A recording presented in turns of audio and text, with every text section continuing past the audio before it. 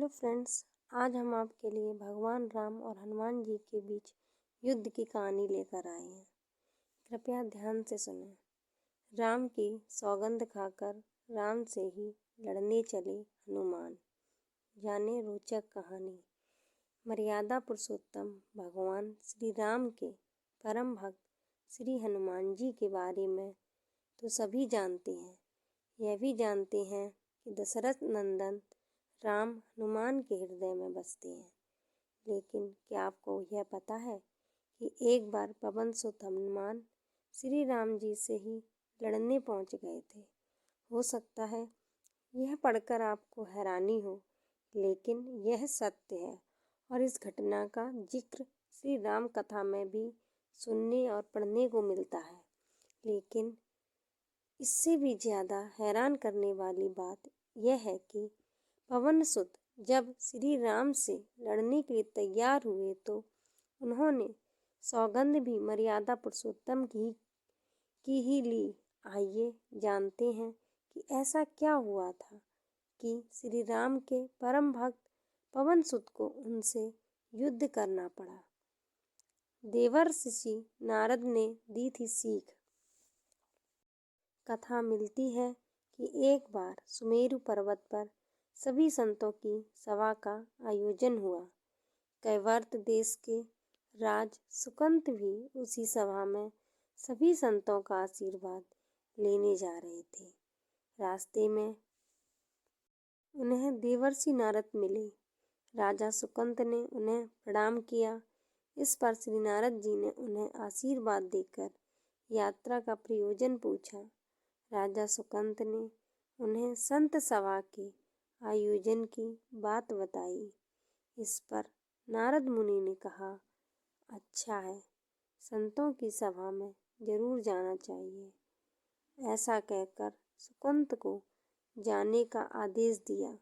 सुकंत जैसे ही सभा में जाने के लिए प्रस्थान करने लगे, तैसे ही नारद जी ने उन्हें आवाज़ दी। इसके बाद कहा कि जिस सभा में जा रहे हो उसमें सभी को प्रणाम करना, लेकिन ऋषि विश्वामित्र का अभिवादन बिल्कुल भी मत करना। इस पर सुकंत ने पूछा कि यह तो उचित नहीं है।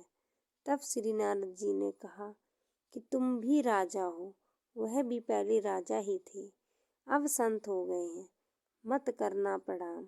राजा सुकंत ने किया भी ठीक वैसा ही। सभा के समाप्त होते ही विश्वामित्र जी श्री राम से मिलने पहुंचे। वहां पहुंचकर उन्होंने बताया कि उनका अपमान हुआ है। वह इसे भूल भी जाते, लेकिन यह तो संत परंपरा का अपमान है। राम जी ने पूछा, गुरुजी क्या हुआ? तब विश्वामित्र जी ने कहा कि मेरा अपमान हुआ है। राम जी ने पूछा, किसने किया है? तब विश्वामित्र जी ने कहा कि जानकर करोगे भी क्या? इस पर राम जी ने कहा कि गुरुजी, आपके चरणों की सौगंध लेकर प्रतिज्ञा करता हूँ, जो सिर आपके चरणों में नहीं झुकाए उसे काट दिया जाएगा। कल सुबह मैं उसका वध करूँगा। सुकंत पहुँचे देवर्षि नारद की शरण में। श्री राम की इस सौगंध का जैसे ही राजा सुकंत को पता चला, वह नारद मुनि को ढूंढने लगे। काफी देर तक वह परेशान रहे, लेकिन नारद मुनि उन्हें मिल ही नहीं रहे थे। व्याकुल होकर जब वह रोने लगे, तब नारद जी प्रकट हुए। सुकंत ने हाथ जोड़कर उन्हें सारी बात कह सुनाई, साथ ही प्राणदान की विनती की। इस पर नारद जी ने उन्हें माता अंजनी की शरण में जाने की सलाह दी। यह भी कहा कि अगर उन्होंने तुम्हें बचाने का वचन दे दिया तो तुम जरूर बच जाओगे, लेकिन यह भी कहा कि वह किसी को यह नहीं बताएंगे कि नारद जी ने उन्हें यह सलाह दी है। माता अंजनी ने दिया राजा सुकंत को वचन। राजा सुकंत के रोने की आवाज़ सुनकर माता अंजनी बाहर पहुंची। तब उन्होंने कहा कि माता मुझे बचा लें, अन्यथा विश्वामित्र जी मुझे मार डालेंगे। इस पर माता अंजनी ने सुकंत को उसके प्राण बचाने का वचन दिया। उन्होंने कहा कि तुम शरण में हो, तुम्हें कोई नहीं मार सकता। इसके बाद राजा सुकंत को विश्राम करने के लिए कहा। शाम ढली जब हनुमान जी माता अंजनी के पास पहुँचे तो उन्होंने सारी बात बताई, लेकिन सुकंत को बुलाने से पहले पवन सुत से सौगंध लेने को कहा। तब श्री हनुमान जी ने कहा कि वह श्री राम के चरणों की सौगंध लेते हैं कि वह सुकंत के प्राणों की रक्षा करेंगे। तब माता अंजनी ने राजा को बुलाया। हनुमान जी ने पूछा, कौन तुम्हें मारना चाहता है?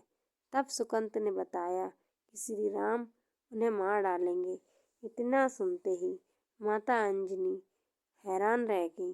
उन्होंने कहा कि तुमने तो विश्वामित्र जी का नाम लिया था।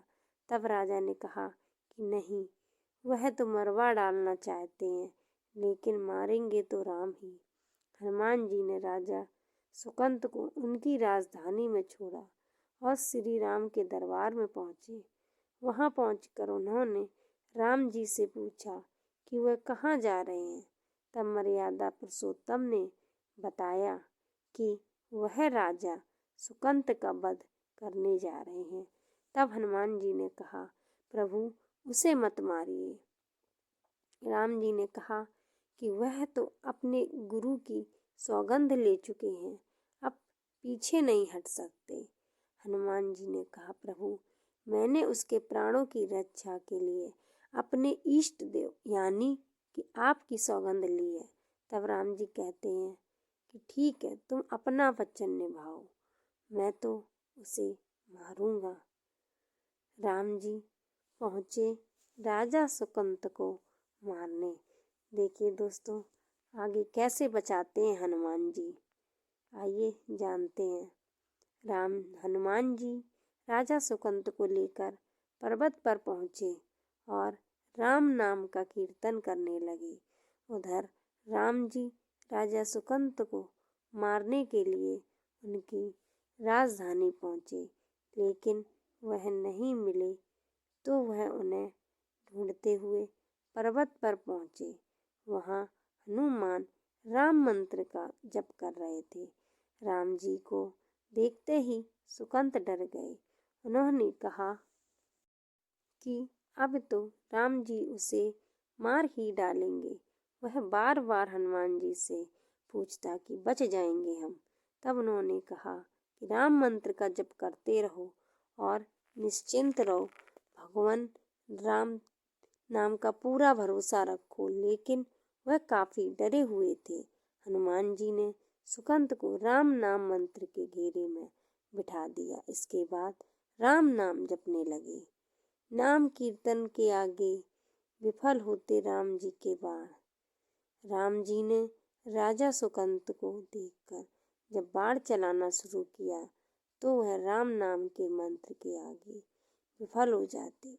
राम जी हताश हो गए कि क्या करें। यह दृश्य देखकर श्री लक्ष्मण जी को लगा कि हनुमान जी भगवान राम को परेशान कर रहे हैं, तो उन्होंने स्वयं ही हनुमान जी पर बाण चला दिया। लेकिन यह क्या, उस बाण से पवन सुत के बजाय श्री राम मूर्छित हो गए।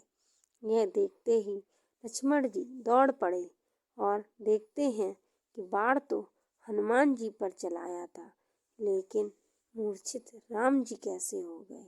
तब उन्होंने देखा कि पवन सुत के हृदय में तो श्री राम बसते हैं। चोट हनुमान जी को लगी, मूर्छित राम जी हो गए। राम जी जैसे ही होश में आए, वह हनुमान जी की ओर दौड़े। उन्होंने देखा कि उनकी छाती से रक्त बह रहा है। वह हनुमान जी का दर्द देख नहीं पा रहे थे। वह बार बार उनकी छाती पर हाथ रखते, आंखें बंद कर लेते। पवन सुत को होश आया तो उन्होंने देखा कि राम जी आंखें बंद करके हनुमान जी की छाती पर बार बार हाथ रखते हैं, फिर हनुमान जी के सिर पर हाथ फेरते हैं। तब पवन सुत ने सुकंत को पीछे से निकाला और उसे अपनी गोद में बिठा लिया। तभी राम ने फिर से हनुमान जी के माथे पर हाथ फेरा, लेकिन इस बार वहाँ पवन सुत की जगह राजा सुकंत थे। राम जी मुस्कुराए और हनुमान जी से बोल उठे कि नाथ, अब तो आपने इनके सिर पर हाथ रख दिया है, अब तो सब कुछ आपके हाथ में, इसकी मृत्यु भी और जीवन भी। आप ही सुकंत के जीवन की रक्षा करें। संत का काम मिटाना नहीं, सुधारना है। देखिए दोस्तों, आगे क्या होता है।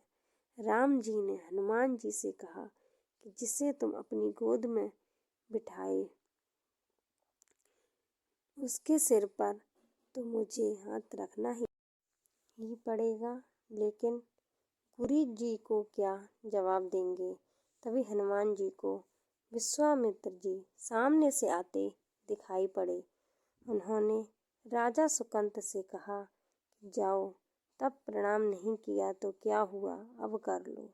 राजा ने दौड़कर विश्वामित्र जी का अभिवादन किया। वह भी प्रसन्न हो गए और बोले, राम, इसे क्षमा कर दो।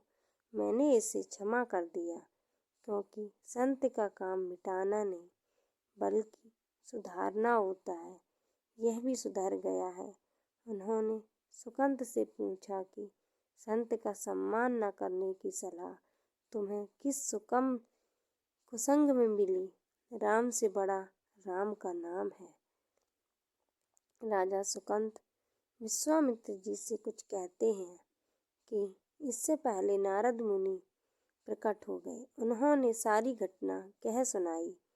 तब विश्वामित्र जी ने पूछा कि नारद, तुमने ऐसी सलाह क्यों दी।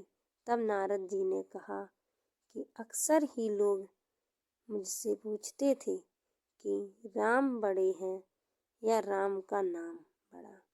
तो मैंने सोचा कि क्यों ना कोई लीला हो जाए कि लोग अपने आप ही समझ लें कि भगवान से अधिक भगवान के नाम की महिमा है। दोस्तों, आपको मेरी ये स्टोरी कैसी लगी, कृपया कमेंट बॉक्स में ज़रूर बताएं। हम ऐसी ही स्टोरी आपके लिए नई नई लेकर आते रहेंगे। कृपया मेरे चैनल को सब्सक्राइब करें और स्टोरी को लाइक करें। धन्यवाद।